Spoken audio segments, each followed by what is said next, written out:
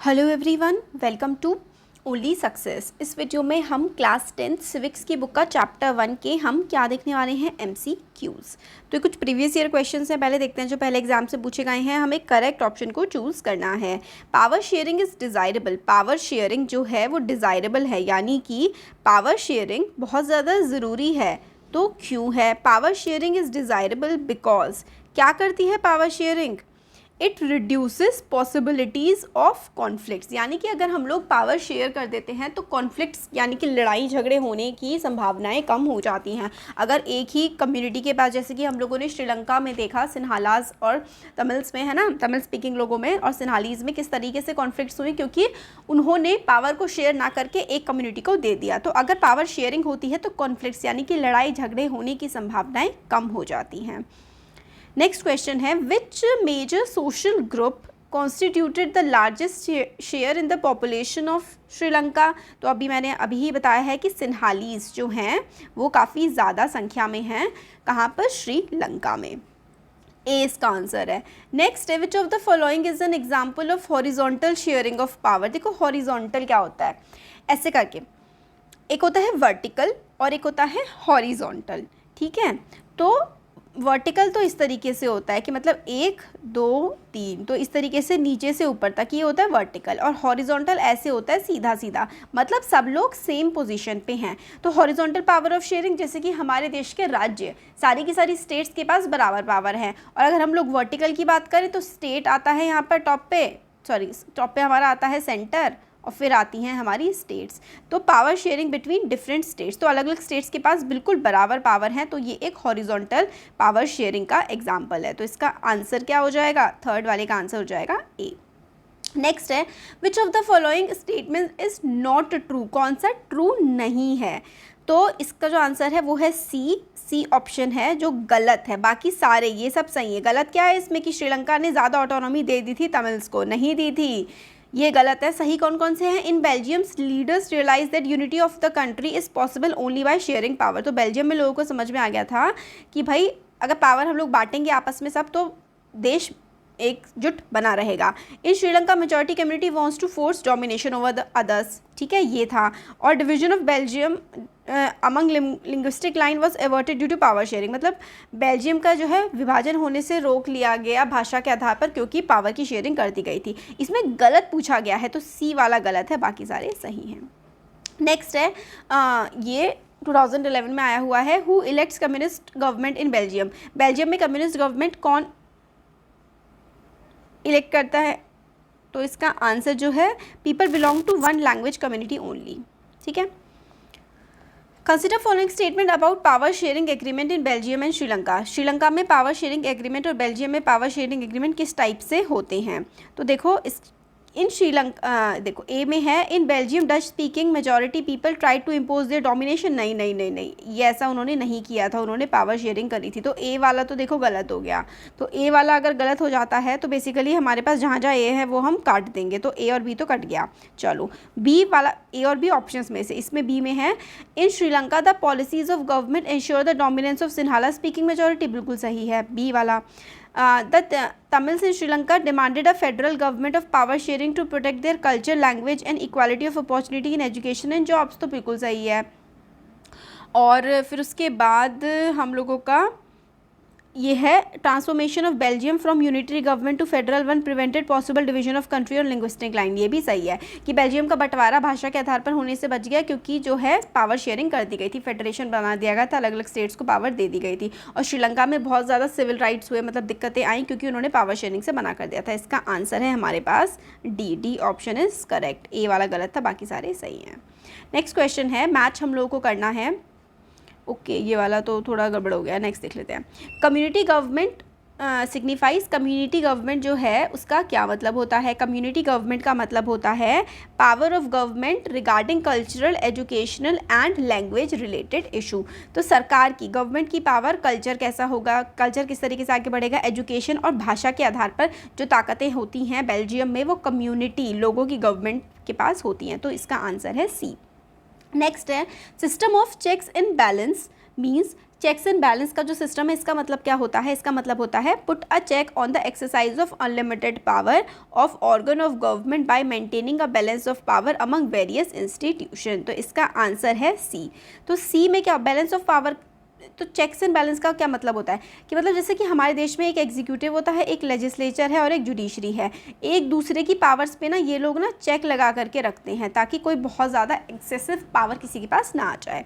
तो चेक लगाया जाता है, मतलब ध्यान रखा जाता है कि कोई अपनी पावर का गलत इस्तेमाल तो नहीं कर रहा। नेक्स्ट है a believe that a majority community should be able to rule a country in which ever way wants. ये क्या मतलब है कि भाई मेजॉरिटी कम्युनिटी जो ज़्यादा लोग हैं, जैसे सपोज करो एक देश में 100 लोग हैं, है ना, सपोज, जिसमें से कि सपोज करो कि 60 जो हैं वो मुस्लिम हैं, बहुत सारे देशों में है ना, और बाकी 10 जो है क्रिश्चियन हैं, फिर उसके बाद बाकी 11 बुद्धिस्ट हैं, इस तरीके से है। तो अगर यहाँ पे मुस्लिम मेजॉरिटी वाली जो कंट्रीज़ हैं, अगर वो ये चाहें कि सिर्फ उनका ही रूल हो, तो इससे क्या दिक्कत आ जाती है, इससे देश में काफ़ी ज़्यादा क्या होती है, मेजॉरिटेरियन रूल आ जाता है। जैसे कि आप देखो अफगानिस्तान में तालिबान ने अभी रिसेंटली अटैक कर दिया, पूरा कब्जे में कर लिया है। तो अगर एक ही मेजॉरिटी कम्युनिटी चाहे कि वही राज करे तो इसको हम लोग कहते हैं majoritarianism. Power sharing, next question है, पावर शेयरिंग क्या होती है, very spirit of democracy. Power sharing is the very spirit of democracy. तो ए इसका आंसर है। वर्टिकल डिवीजन ऑफ पावर किसको कहते हैं हम, तो type of distribution of power which involves higher and lower level of government. तो higher lower level various levels of government होती है। तो जो लेवल्स ऑफ गवर्नमेंट होती है ना, वर्टिकल डिस्ट्रीब्यूशन में क्या होते हैं, वेरियस लेवल्स होते हैं, लेवल्स ऑफ गवर्नमेंट होती हैं वर्टिकल डिस्ट्रीब्यूशन में, या फिर वर्टिकल डिवीजन ऑफ पावर में लेवल्स ऑफ गवर्नमेंट होती हैं। नेक्स्ट है coalition government is the government, coalition government हम लोग इसको हिंदी में मिलीजुली सरकार भी कहते हैं। इसमें कई सारी पार्टीज आकर के मिल करके सरकार बनाती हैं। तो an alliance government formed by 2 or more parties if no single party gets majority in the election. किसी भी एक पार्टी को अगर मेजॉरिटी नहीं मिलती है इलेक्शन में, तो काफ़ी सारी पार्टीज मिल करके आती हैं और सरकार को चलाती हैं।